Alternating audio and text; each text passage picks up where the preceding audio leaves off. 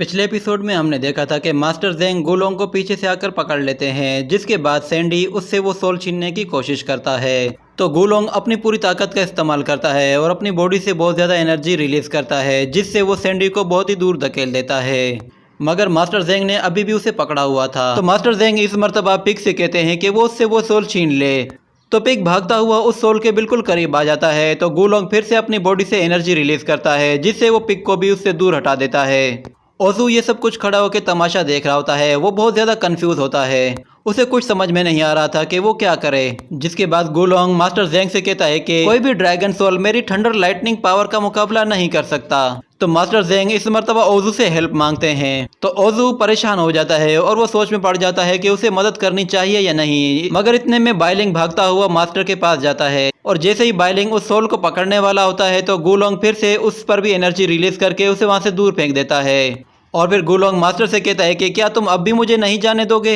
ये कहने के बाद गुलोंग अपने आप को छुड़ा लेता है और फिर मास्टर को गले से पकड़कर उठा लेता है। और फिर गुलोंग अपना रेलिक उठाता है और उस पर हमला करने के लिए सीधा करता है और मास्टर से कहता है कि तुम्हारी किस्मत बहुत ही बुरी है जो तुम आज मेरे हाथों मरने वाले हो। तो मास्टर की हेल्प के लिए अब कोई भी नहीं बचा होता, सिर्फ ओजू ही खड़ा होता है, क्योंकि बाइलिंग, पिग और सैंडी वो तीनों जख्मी हो चुके होते हैं। मगर फिर ओजू गुलोंग से कहता है कि उसे जाने दो, वो मर जाएगा। मगर गुलोंग उसे नहीं छोड़ता, जिस पर ओजू को बहुत ज्यादा गुस्सा आता है और वो उस पर हमला करने के लिए उसकी तरफ आगे बढ़ता है और गुलोंग को गुस्से से कहता है कि उसे छोड़ दो वरना वो मर जाएगा। और फिर वो उसे एक जोरदार पंच मारता है, जिससे गुलोंग बहुत ही दूर जा गिरता है। तो फिर बाइलिंग पिग से कहता है कि यही सही मौका है। तो पिग बहुत सारी जंजीरों से उसे जकड़ लेता है और फिर उससे कहता है कि इस खाई में गिरकर मरना तुम्हारे लिए ज्यादा बुरा नहीं होगा, मैं तुम्हें एक लंबे सफर पे भेजने वाला हूँ। ये कहने के बाद वो उस पत्थर को खाई में फेंक देता है, जिसके बाद गुलोंग भी उससे खींचा चला जाता है और वो खाई में नीचे चला जाता है। तो गुलोंग के गिरने के बाद सब लोग मास्टर के चारों तरफ आके खड़े हो जाते हैं और मास्टर से कहते हैं कि क्या वो ठीक हैं। जिसके बाद हम देखते हैं कि मास्टर आउलिंग की सोल उन लोगों को दिखाते हैं, जिसे देखकर ओजू भी बहुत ही हैरान होता है और वो मास्टर के पास आ जाता है। तो मास्टर आउलिंग की सोल ओजू को दे देते हैं और फिर ओजू मास्टर की तरफ हाथ बढ़ाता है और उन्हें ऊपर उठा लेता है और ये देखकर ओजी की आंखों में भी आंसू आ जाते हैं।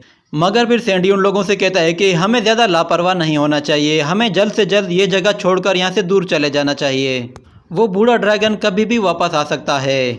तो पिग कहता है कि हाँ, यहाँ से चलना चाहिए, उसे डील करना वाकई में बहुत ही मुश्किल है। और फिर ओजू उन लोगों से कहता है कि वो ज़्यादा देर तक वहाँ पे नहीं रहेगा, वो जल्द ही वापस आ जाएगा, इसलिए बेहतर यही है कि हम सबको यहाँ से जल्द निकल जाना चाहिए। ये कहते ही सब लोग वहाँ से भागना शुरू हो जाते हैं। और फिर बाइलिंग उन लोगों से कहता है कि क्या आप लोगों ने नहीं कहा था कि इस जगह पर रात के वक्त भागना नहीं चाहिए। तो मास्टर उनसे कहता है कि मैं अब उसे और ज्यादा बर्दाश्त नहीं कर सकता और अगर उस ओल्ड ड्रैगन को अबेसिस के मॉन्स्टर से कंपेयर किया जाए तो वो मॉन्स्टर उसके सामने कुछ भी नहीं है। और फिर मास्टर ओजू के करीब आ जाते हैं और उससे कहते हैं कि उस ओल्ड ड्रैगन से अब डरना बंद कर दो।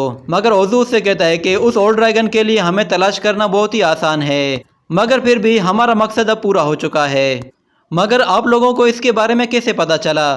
तो मास्टर जेंग उसे पास्ट की स्टोरी के बारे में बताते हैं। जब ओजी ने मास्टर जेंग को उस ड्रैगन के बारे में बताया था तो मास्टर ने सीक्रेट कोड में पिग को कहा था कि मेरा कॉम्ब लेकर आओ। वो सीक्रेट कोड असल में रात को मीटिंग करने का था, सब लोग रात को बैठकर मीटिंग करते हैं और मास्टर सब लोगों से कहता है कि ओजू बहुत ही अजीब है।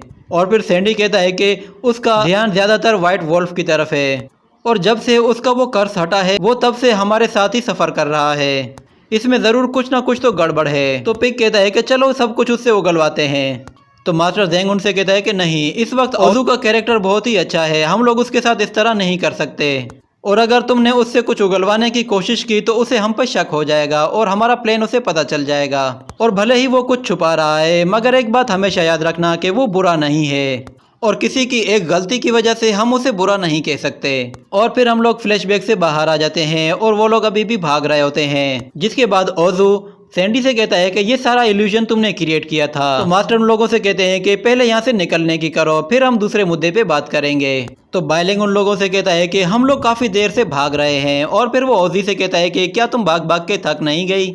तो सैंडी उन लोगों से कहता है कि नहीं, हमें अभी रुकना नहीं होगा, मुझे सेंस हो रहा है कि गुलोंग अब दोबारा से आज़ाद हो चुका है और वो कभी भी वापस आ सकता है और वो ज़्यादा गहराई में भी नहीं गया। अगर वो ज़्यादा गहराई में चला जाता तो वो दूसरी दुनिया में पहुंच जाता और फिर उसके पास वापस आने का कोई भी रास्ता नहीं होता।